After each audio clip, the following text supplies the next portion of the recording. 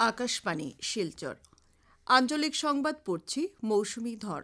আজকের বিশেষ বিশেষ খবর হল প্রধানমন্ত্রী আবাস যোজনার গ্রামীণের হিতাধিকারীদের আগামী বুধবার প্রথম কিস্তির অর্থ বিতরণ। আগামী মে মাসে ৯,০০০ স্নাতকোত্তর শিক্ষক পদের ফলাফল ঘোষণা করা হবে বলে মুখ্যমন্ত্রী ড হিমন্ত বিশ্ব শর্মার প্রকাশ। রাজ্যের শিক্ষক শিক্ষিকাদের বদলির আবেদন প্রক্রিয়া পুনরায় চালু। গ্রীষ্মের বন্ধের সময় বদলি কার্যকর করার লক্ষ্য এবং মুখ্যমন্ত্রী ড হিমন্ত বিশ্ব শর্মার আগামীকাল শিলচর রামকৃষ্ণ মিশনের নতুন মন্দিরের দ্বারোদ্ঘাটন কার্যসূচি সহ অন্যান্য কার্যসূচিতে অংশগ্রহণ। এবারে বিস্তারিত খবর। মুখ্যমন্ত্রী ড হিমন্ত বিশ্ব শর্মা আজ রাজ্যের বিভিন্ন জেলার আয়ুক্ত ও সমজেলা আয়ুক্তদের সঙ্গে ভিডিও কনফারেন্সিং ব্যবস্থার মাধ্যমে এক বৈঠকে মিলিত হয়ে প্রধানমন্ত্রী আবাস যোজনা গ্রামীণের হিতাধিকারীদেরকে প্রথম কিস্তির অর্থ বিতরণ সম্পর্কে আলোচনা করেন।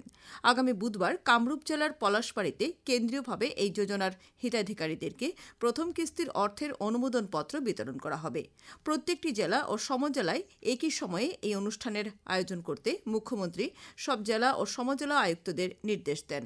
ওই দিন রাজ্যের ৩,৮৮,৩৫৮ জন হিতাধিকারীকে প্রধানমন্ত্রী আবাস যোজনা গ্রামীণের অধীনে প্রথম কিস্তির অর্থের অনুমোদনপত্র বিতরণ করা হবে।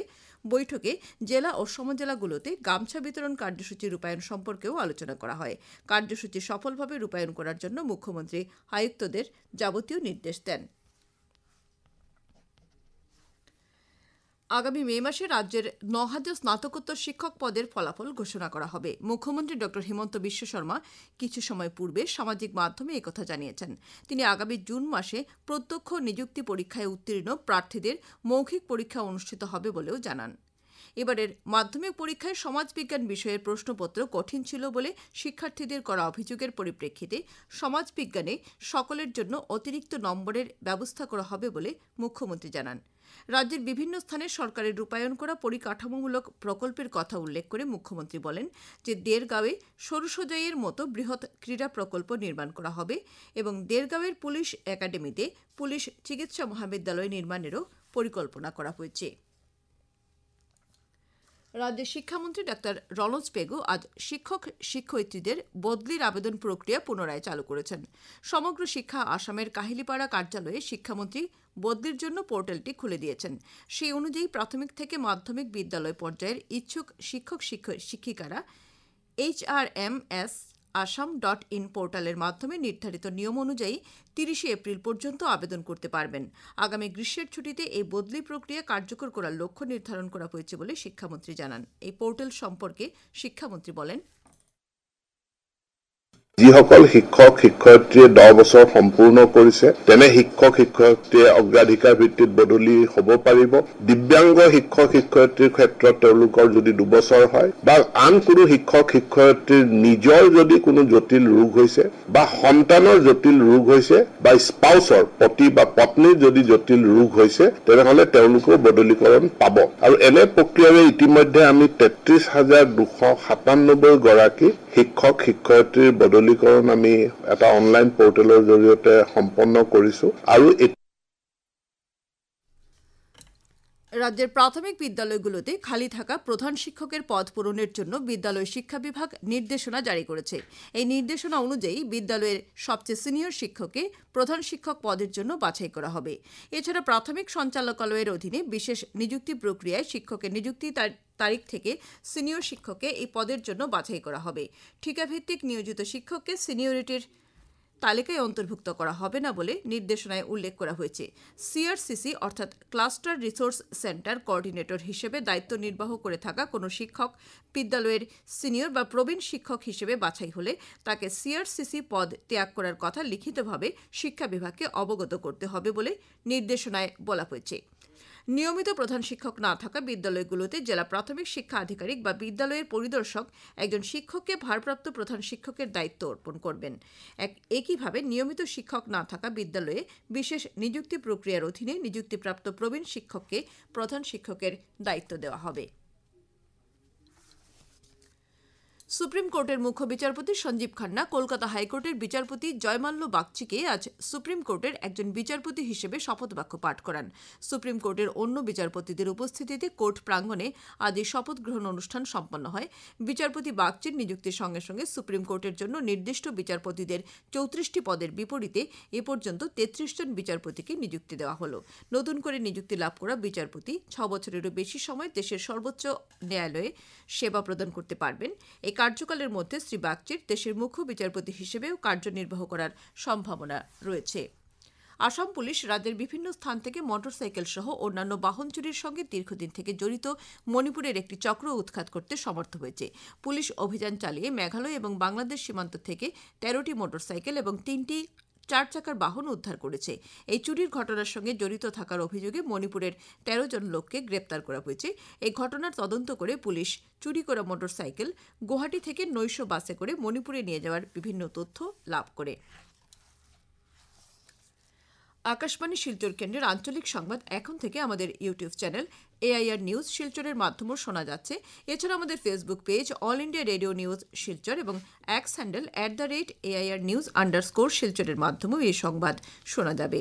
খবর শুনছেন আকাশবাণী শিলচর কেন্দ্র থেকে।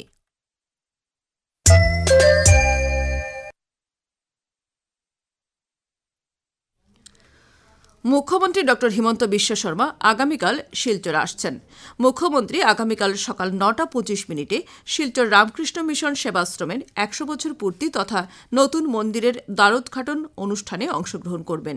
এরপর সকাল 11:10 তিনি শিলচরের দেশভক্ত তরুণরাম ফুকন উচ্চতর মাধ্যমিক বিদ্যালয়ের সুবর্ণ জয়ন্তী উৎসবে যোগ দেবেন। বেলা 12:20 মুখ্যমন্ত্রী শিলচর সিভিল হাসপাতালে আধুনিক ক্রিটিক্যাল কেয়ার ব্লকের ভিত্তিপ্রস্তর স্থাপন করবেন। এছাড়া ভার্চুয়াল ব্যবস্থার মাধ্যমে তিনি শিলচর আবর্ত ভবনেরও ভিত্তিপ্রস্তর স্থাপন করবেন। মানব চক্রবর্তীকে হাইলাকান্দি পৌরসভার নতুন সভাপতি হিসেবে মনোনীত করা হয়েছে। জেলার অভিভাবক মন্ত্রী কৃষ্ণেন্দু পালের উপস্থিতিতে আজ হাইলাকান্দি পৌরসভার বোর্ড মিটিংয়ে পৌরসভার 4 নম্বর ওয়ার্ডের কমিশনার মানব চক্রবর্তীকে সভাপতি ও 16 নম্বর ওয়ার্ডের কমিশনার শিল্পী দাসকে সহসভানেত্রী হিসেবে মনোনীত করা হয়েছে। আজকের সভায় জেলা আয়ুক্ত নিশার খিবারে গৌতম, অতিরিক্ত আয়ুক্ত দীপুমালা গোয়ালা প্রমুখ উপস্থিত ছিলেন। উল্লেখ্য, কল্যাণ গোস্বামী হাইলাকান্দি বিজেপি জেলা সভাপতি মনোনীত হওয়ায় পৌরসভার পদটি শূন্য হয়ে পড়েছিল। বোর্ড মিটিং সম্পর্কে আমাদের সংবাদদাতার সঙ্গে কথা বলতে গিয়ে মন্ত্রী কৃষ্ণেন্দু পাল জানান যে মুখ্যমন্ত্রী আজি আমাক ইয়াত গুৰু দায়িত্ব গাৰ্জিয়ান মিনিষ্টাৰ হিচাপে দায়িত্ব দিছে। দিয়াৰ পিছত আমি সব ৱাৰ্ড কমিশনাৰৰ লগত কথা পাতি আনএনিমাছলি তেওঁলোকে মানৱ চক্ৰৱৰ্তী আমাৰ 4 নম্বৰ ৱাৰ্ডৰ ৱাৰ্ড কমিশনাৰ তেখেতক চেয়াৰমেন হিচাপে সকলে মিলি সব ৱাৰ্ড কমিশনাৰে তেখেতক চেয়ারম্যান হিসাবে সমর্থন জানাইছে। আর ভাইস চেয়ারম্যান 7 নম্বর ওয়ার্ড শিল্পী দাস তেখেতক গোটেই সকলো ওয়ার্ড কমিশনারে সাপোর্ট জানাইছে। আর আমি ভাবো আজির পিছত মানে এটা ভালকে স্টেবল এটা মিউনিসিপাল বোর্ড গঠিত হব। আর মাননীয় মুখ্যমন্ত্রী মহোদয়ের নেতৃত্বত যাতে হাইলাকান্দি টাউন শহর একটা স্মার্ট সিটি হিসাবে গঢ়িব পাৰে তাৰ কাৰণে সকলে সমৰ্পিত মন লৈ কাম কৰিব। শিলচর সৎসঙ্গ বিহারের উদ্যোগে এবং কাছাড় ক্যান্সার হাসপাতাল ও বরাকভ্যালি ভলান্টারি ব্লাড ডোনার্স ফোরামের সহায়তায় আজ সৎসঙ্গ আশ্রমে স্বেচ্ছায় রক্তদান শিবিরের আয়োজন করা হয়েছে। শিবিরে 3 জন মহিলা সহ মোট 42 জন রক্তদান করেন। এর পূর্বে সৎসঙ্গ বিহারের পরিচালন কমিটির সম্পাদক অনুপ কুমার বিশ্বাস জানান যে শ্রী শ্রী বরদার শুভ আগমন স্মরণ উৎসব উদযাপন উপলক্ষে এই স্বেচ্ছায় রক্তদান শিবিরের আয়োজন করা হয়েছে। শ্রীভূমি জেলার জাতীয় স্বাস্থ্য মিশনের উদ্যোগে আজ থেকে গর্ভাবস্থায় ফলিক অ্যাসিডের গুরুত্ব বিষয়ে একটি বিশেষ সচেতনতা অভিযান শুরু করা হয়েছে। এই উপলক্ষে আজ একটি সচেতনতামূলক র্যালি বের হয়ে শহর পরিক্রমা করে জেলার মুখ্য চিকিৎসা ও স্বাস্থ্য আধিকারিক ড মতীন্দ্র সূত্রধর পতাকা নেড়ে এই র্যালির সূচনা করেন। শ্রীভূমি কৃষি বিজ্ঞান কেন্দ্রের উদ্যোগে আজ আকবরপুর গ্রাম পঞ্চায়েতের অন্তর্গত কুজাইব গ্রামে দ্বিফসল চাষ পদ্ধতির প্রচারের ওপর আলোকপাত করে একটি ক্ষেত্র পর্যায়ের আলোচনা সভার আয়োজন করা হয়েছে। ক্ষেত্র পর্যায়ের আলোচনা সভায় এই অঞ্চলের ফসলের বৈচিত্র্য এবং টেকসই কৃষি পদ্ধতি সহ রবির মরশুমে ধানের পর রাজমা চাষের বিষয় নিয়ে কৃষি বিজ্ঞানীরা আলোচনা করেছেন। শেষ করার আগে খবরের বিশেষ অংশ আরও একবার। প্রধানমন্ত্রী আবাস যোজনা গ্রামীণের হিতাধিকারীদের আগামী বুধবার প্রথম কিস্তির অর্থ বিতরণ। আগামী মে মাসে ৯,০০০ স্নাতকোত্তর শিক্ষক পদের ফলাফল ঘোষণা করা হবে বলে মুখ্যমন্ত্রী ড হিমন্ত বিশ্ব শর্মার প্রকাশ। রাজ্যের শিক্ষক শিক্ষিকাদের বদলির আবেদন প্রক্রিয়া পুনরায় চালু।